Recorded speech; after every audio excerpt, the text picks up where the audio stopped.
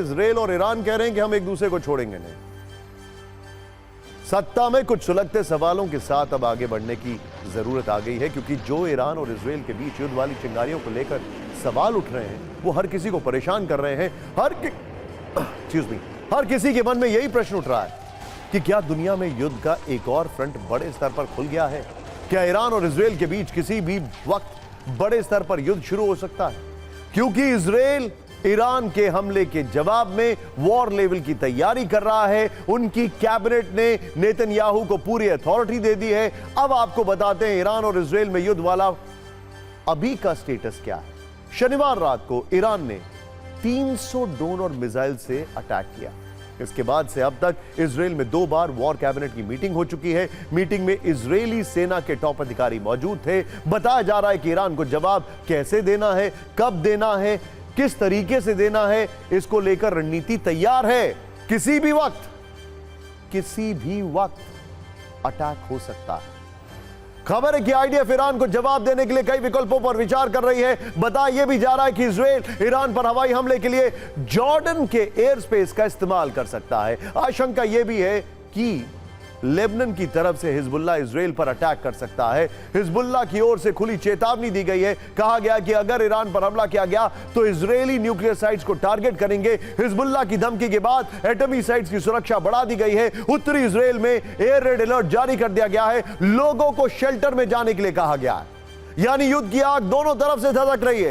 एक तरफ इजराइल हर हाल में बदला लेना चाहता है, वहीं दूसरी तरफ ईरान भी अपने हथियारों और धमकियों के साथ तैयार है। इजराइल के जवाबी हमले की आशंका से ईरानी डिफेंस फोर्सेस अलर्ट पर है। ईरान के कई एयरपोर्ट्स को भी एहतियातन बंद कर दिया गया है। सिर्फ 120 सेकंड में देखिए ईरान और इजराइल के बीच क्या चल रहा है।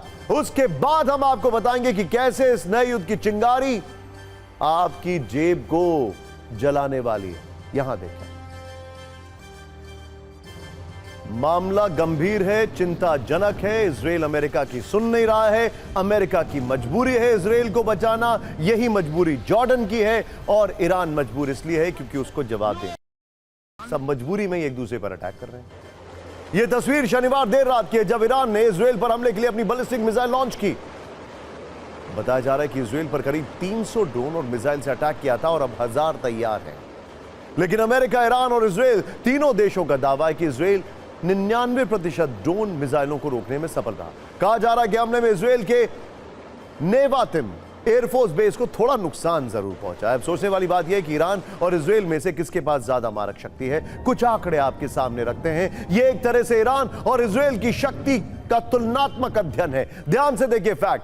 सैनिकों की बात करें तो इजराइल के पास 6,70,000 सैनिक हैं। ईरान इस मामले में इजराइल पर भारी पड़ रहा है। ईरान के पास 11,80,000 सैनिक हैं। लेकिन जमीनी लड़ाई मुश्किल है, डिस्टेंस बहुत है दोनों में। और ईरान जो है वो एक तरफ से पहाड़ है, एक तरफ समंदर है, बहुत मुश्किल है। डिफेंस बजट के मामले में इजराइल काफी आगे। इजराइल का डिफेंस बजट 2 लाख करोड़ रुपए का है, जबकि ईरान का रक्षा बजट 83,000 करोड़ रुपए का है। टैंक शक्ति की तुलना करें तो इजराइल के पास 1370 टैंक है, जबकि ईरान के पास 1996 टैंक है। नौसेना शक्ति में ईरान ताकतवर है। इजराइल के 64 वॉरशिप है, जबकि ईरान के पास 101 वॉरशिप है। एयरक्राफ्ट के मामले में इजराइल ज्यादा शक्तिशाली है। इजराइल के पास 612 एयरक्राफ्ट है, ईरान के पास 551। यह बड़ा फैक्टर है, यानी टक्कर जबरदस्त है। इजराइल के पक्ष में अमेरिका और ब्रिटेन जैसे देशों के होने का के बावजूद ईरान किसी से कम नहीं है। ईरान के पास अच्छी खासी मारक शक्ति है। ईरान के पास हिजबुल्लाह है, हूती है, हमास है। इजराइल के पास क्या है?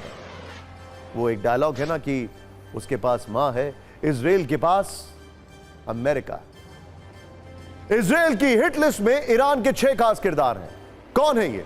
इन किरदारों ने इजराइल पर हमले में क्या भूमिका निभाई, यह आपको बताते हैं। ईरान की इस टीम ने ऐसा तहलका मचाया कि हमले का मुकाबला करने के लिए अमेरिका, इजराइल और यूके को तीनों को एक साथ आना पड़ा। अब जरा ध्यान से देखें। अब आप, पहला नाम है हुसैन सलामी, जो रेवोल्यूशनरी गार्ड्स के कमांडर इन चीफ हैं।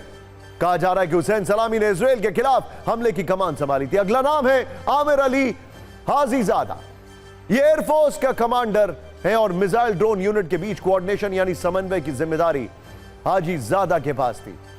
एक और नाम है मोहम्मद बागरी, जिन्होंने धमकी दी है इन्होंने अभी अभी धमकी दी है कि हम बड़ा अटैक करेंगे। इजराइल को सोचना भी नहीं चाहिए काउंटर अटैक के लिए। इजराइल की तरफ से बदला लिए जाने की स्थिति में जवाब देने का जिम्मा इनके पास था, है और रहेगा। एक नाम है इस्माइल कानी, ये ईरानी कुद्दस फोर्स का कमांडर है। ऑपरेशन की जिम्मेदारी इसी के पास थी।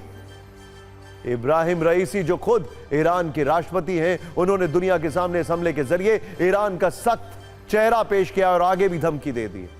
और हुसैन आमिर अब्दुल्ला जो ईरान के विदेश मंत्री, उन्होंने पिछले कुछ समय में दुनिया भर में जाकर ईरान के पक्ष में माहौल बनाया है और यह भी कहा है कि हमने फोरवॉर्न किया था अमेरिका को कि हम अटैक करेंगे। एक प्रश्न यह है कि अगर ईरान और इजराइल में युद्ध हुआ तो भारत पर इसका क्या असर होगा।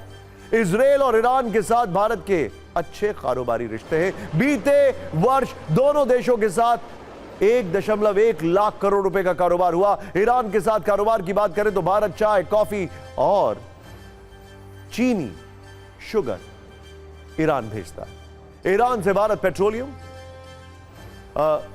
कोक, नट्स और अल्कोहल का आयात करता है। एक अलग प्रकार का अल्कोहल इसका आयात करता है। ईरान से पिछले साल 5500 करोड़ रुपए का सामान आयात किया गया था। युद्ध की स्थिति में वो इसमें रुकावट आ सकती है। आपको याद दिला दें कि ईरान में 4000 प्रवासी भारतीय हैं। इजराइल के साथ रिश्ते की बात करें तो साल 2023 में इजराइल के साथ 89,000 करोड़ रुपए का कारोबार हुआ था। इसमें करीब 70,000 करोड़ रुपए का निर्यात भी शामिल है। आपको याद दिला दें कि इजराइल में 18,500 प्रवासी भारतीय रहते हैं। अब आपको यह समझाने की कोशिश करते हैं कि क्या युद्ध की आग से आपकी जेब जलेगी, क्या पेट्रोल डीजल महंगा होगा। आशंका है कि मिडिल ईस्ट में तनाव के चलते इंटरनेशनल और मार्केट में क्रूड ऑयल की कीमतें बढ़ सकती हैं। और आज हम सब ने देखा स्टॉक मार्केट का क्या हाल था। अगर ऐसा हुआ तो इसका सीधा असर भारतीयों की जेब पर पड़ सकता है। आप इसे ऐसे समझ सकते हैं कि दुनिया के 20% तेल की सप्लाई ओमान की खाड़ी में स्थित होर्मुज, स्ट्रेट ऑफ होर्मुज से होती है और यहां ईरान की बैलिस्टिक और क्रूज मिसाइलें तैनात हैं। ईरान ने अगर स्ट्रेट ऑफ होर्मुज रोक दिया तो सोचिए क्या होगा दुनिया का। इसके अलावा ईरान सुएज नहर को भी ब्लॉक करने की धमकी दे चुका है। सुएज नहर से हर दिन 5.5 मिलियन बैरल से ज्यादा क्रूड ऑयल की सप्लाई होती है। वित्त वर्ष 2023 में भारत का 65% क्रूड ऑयल सुएज नहर के रास्ते आया था। सुएज नहर होर्मुज के पास से में किसी भी तरह की रुकावट तेल की सप्लाई का बड़ा हिस्सा प्रभावित होगा। एक्सपर्ट्स का मानना है कि ऐसा होने पर पेट्रोल डीजल की कीमतों पर असर पड़ेगा। सोचिए जरा, सत्ता की इस युद्ध वाली कुंजी में आखिर में आपको यह बताते हैं कि ईरान ने अपने हमले पर कितना खर्च किया और इजराइल ने इस हमले से खुद को बचाने में कितना खर्च किया। यह देखिए, ईरान ने 110 बैलिस्टिक मिसाइलें दागी थी जिसका खर्च था 50 मिलियन यानी करीब 417 करोड़ रुपए। 45 क्रूज मिसाइल का खर्च 7 मिलियन यानी करीब 58 करोड़। 185 शाहिद और 136 ड्रोन, इनका खर्च करीब 5 मिलियन यानी 54 करोड़ रुपए। इसी तरह ईरान के हमले का कुल खर्च आया 62 मिलियन यानी 529 करोड़। लेकिन बचने का खर्च कहीं गुना ज्यादा है। इजराइल और पश्चिमी देशों की तरफ से इस पर खर्च हुआ है डिफेंस के लिए 1.1 बिलियन डॉलर यानी करीब 9,000 करोड़। यानी मारने वाले के मुकाबले बचाने वाला ज्यादा खर्च करता है।